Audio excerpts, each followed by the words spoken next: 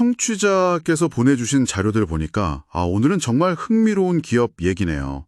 조비 에비에이션. 네, 맞습니다. 요즘 뭐랄까 하늘에 나는 택시 이야기 나오면 빠지지 않는 이름이죠. 그렇죠. 도심 항공 모빌리티, UAM 분야, 이 분야의 거의 선두주자라고 할 수 있겠는데요. 네, 특히 그 전기 수직 이착륙 항공기 EVTOL 기술에서는 상당히 앞서 있다는 평가를 받습니다. 그 스펙만 봐도 대단하더라고요. 최대 시속이 320km. 네, 그리고 한 번 충전하면 240km 이상 비행이 가능하고요. 게다가 조용하고 또 배출가스가 전혀 없다는 점. 이게 또 큰 장점이고요. 그렇죠. 미래 교통수단으로서의 잠재력을 높게 평가받는 이유죠. 자, 근데 오늘 저희가 좀 더 깊게 파고들 부분은 역시 그 최근의 성과, 그리고 또 바로 코앞으로 다가온 이벤트 아니겠습니까? 맞습니다. 아무래도 그 지난 6월 말이었죠. 두바이에서 있었던 시험 비행. 이게 정말 중요했습니다. 네. 저도 그 소식 듣고 정말 놀랐는데요. 그냥 비행기 띄운 게 아니라 조종사가 직접 타서 이륙부터 수평 비행 전환까지 다 성공했다고요? 바로 그겁니다. 그게 핵심이에요. 이게 그냥 기술적으로 우리 이만큼 할 수 있다 보여준 걸 넘어서요. 실제 사람이 타고 운항하는 전 과정을 성공적으로 보여줬다는 거. 이건 시장에 던지는 메시지가 아주 강력했죠. 어떤 메시지였을까요? 이제 정말 상용화가 눈앞에 왔다. 이런 거죠. 단순한 연구개발 단계를 넘어서 실제 서비스가 가능하다는 신호탄으로 받아들여진 겁니다. 아하, 거기에 또 두바이 정부의 지원 약속까지 더해졌다고요? 네, 그게 또 결정적이었죠. 착륙장 같은 인프라 구축해주고 또 시뮬레이터 도입하고 심지어 2026년에는 상용화하겠다는 계획까지 같이 발표가 됐거든요. 와, 기술 시연 성공에 정부 지원 약속까지. 이건 기대감이 폭발할 수밖에 없었겠네요. 네, 그래서 주가 반응이 즉각적이고 아주 뜨거웠습니다.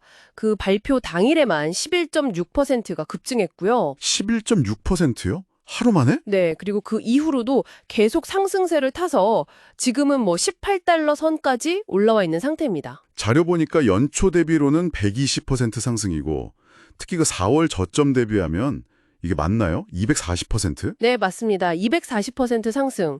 그러니까 이건 단순한 기대감을 넘어선 시장의 평가가 달라졌다고 봐야죠. 평가 자체가 달라졌다. 네, 두바이 비행을 통해서 조비가 기술적인 어려움은 물론이고 상용화를 위한 어떤 규제의 문턱 같은 거 있잖아요.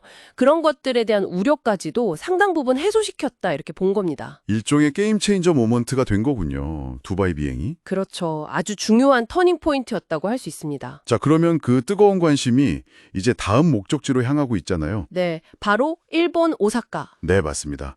오는 9월부터죠. 2025 오사카 칸사이 엑스포에서 이제 시범 비행을 시작합니다. 이것도 그냥 하는 게 아니라 엑스포 공식 파트너 자격으로 또 일본의 대표 항공사죠. ANA와 함께 한다고요. 네, 엑스포 행사장 근처에 있는 유메시마라는 인공섬 상공에서 비행할 예정입니다. 여기서 우리가 주목해야 할 점은 뭘까요? 두바이 성공 이후인데 오사카 비행은 또 어떤 의미가 있을까요? 여러 가지가 있겠지만 가장 중요한 건 일본이라는 무대 자체라고 생각합니다. 일본이요? 왜죠?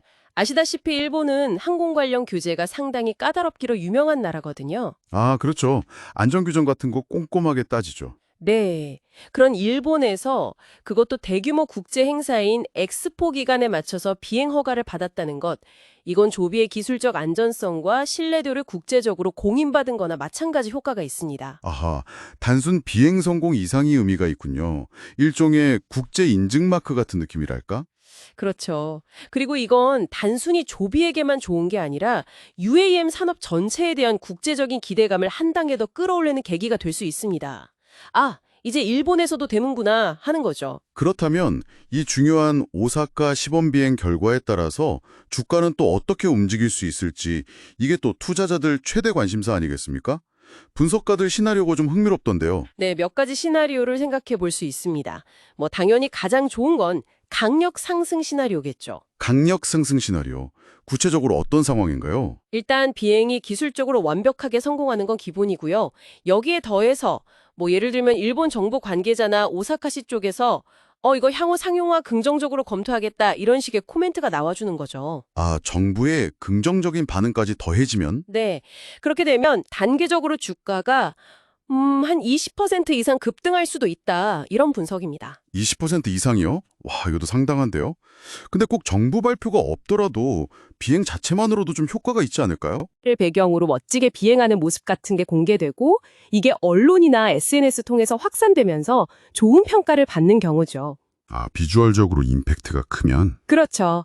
그렇게 되면 기술에 대한 신뢰도가 자연스럽게 올라가고 이걸 보고 기관 투자자들이 이거 진짜 되겠다 싶어서 매수에 나설 수 있습니다. 이건 뭐 중간 상승 시나리오 정도로 볼 수 있겠네요. 그렇군요. 그럼 반대로 좀 안 좋은 시나리오도 생각해 봐야겠죠? 네, 당연합니다.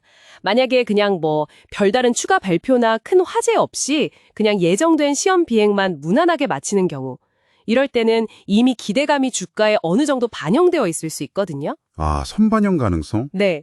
그래서 뭐 주가가 그냥 보합세를 보이거나 아니면 약간의 차익 실현 매물이 나오면서 조정을 받을 수도 있습니다. 최악의 경우는 역시 비행 자체가 뭔가 문제가 생기는 거겠죠? 그렇죠.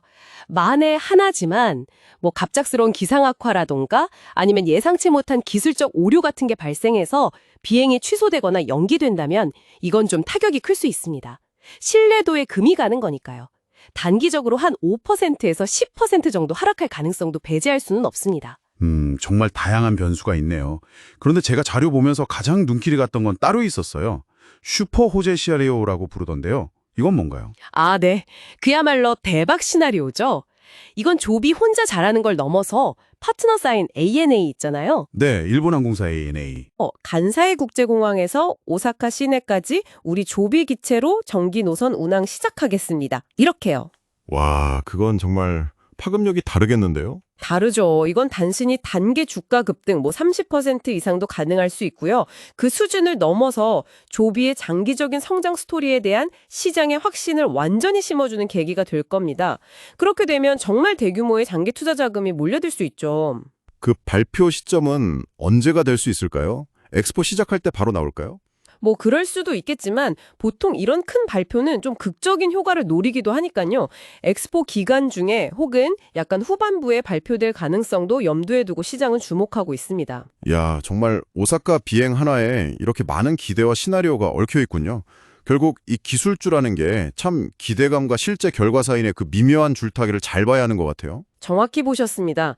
오사카에서의 비행은 분명 기술 발전 역사에 기록될 중요한 순간이 될 겁니다. 하지만 투자자 입장에서는 그것과는 별개로 냉정하게 따져봐야 할 것들이 많죠. 어떤 것들을 좀 더 주목해서 봐야 할까요?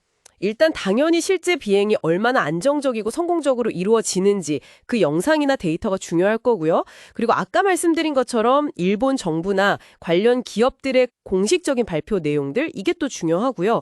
그리고 또 하나 우리가 잊지 말아야 할 게 있습니다. 바로 미국에서의 FAA 인증 진행 상황입니다. 아, 맞다. 결국 가장 큰 시장은 미국이고 거기서 상용 운항을 하려면 FAA 인증이 필수죠. 이라는 가장 큰 허들을 넘지 못하면 한계가 있거든요.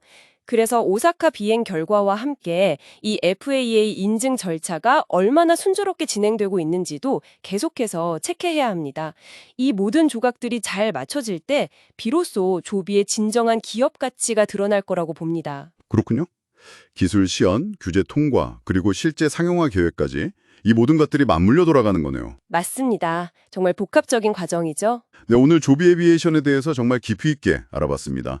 두바이에서의 성공적인 비행부터 다가올 오사카 시범 비행의 의미와 다양한 시나리오까지. 네, 아주 흥미로운 시점인 것 같습니다. 그렇죠. 뭐랄까, 공상과학 영화에서나 보던 하늘을 나는 택시가 정말 우리 현실로 성큼 다가오고 있다는 걸 느끼게 되네요.